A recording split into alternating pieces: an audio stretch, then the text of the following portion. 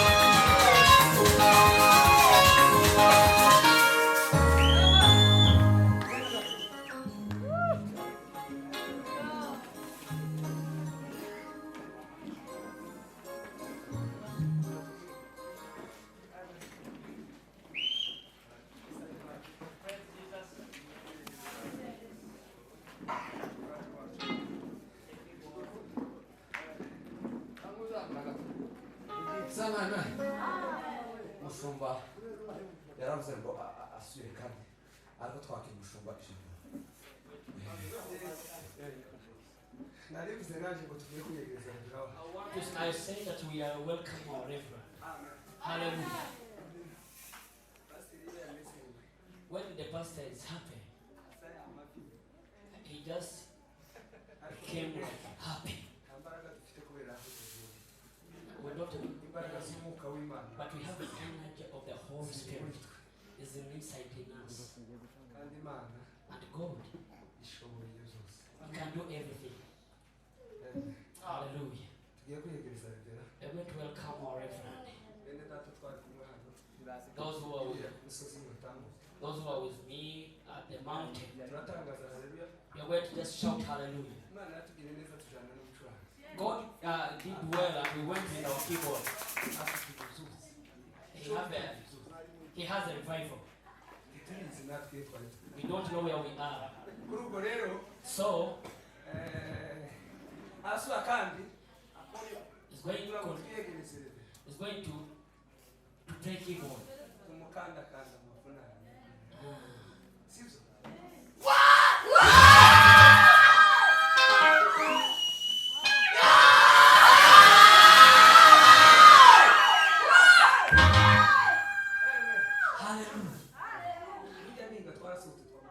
On Sunday we finished our service then and we go.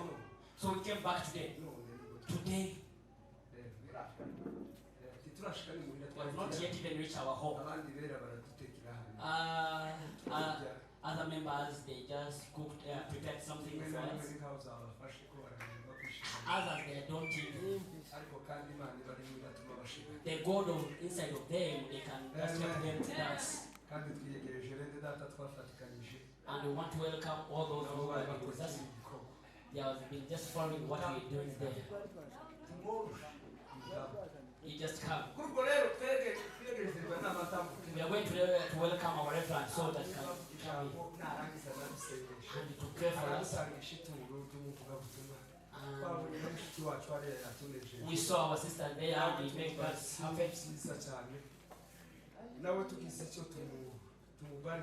Even you can bless her. It is good.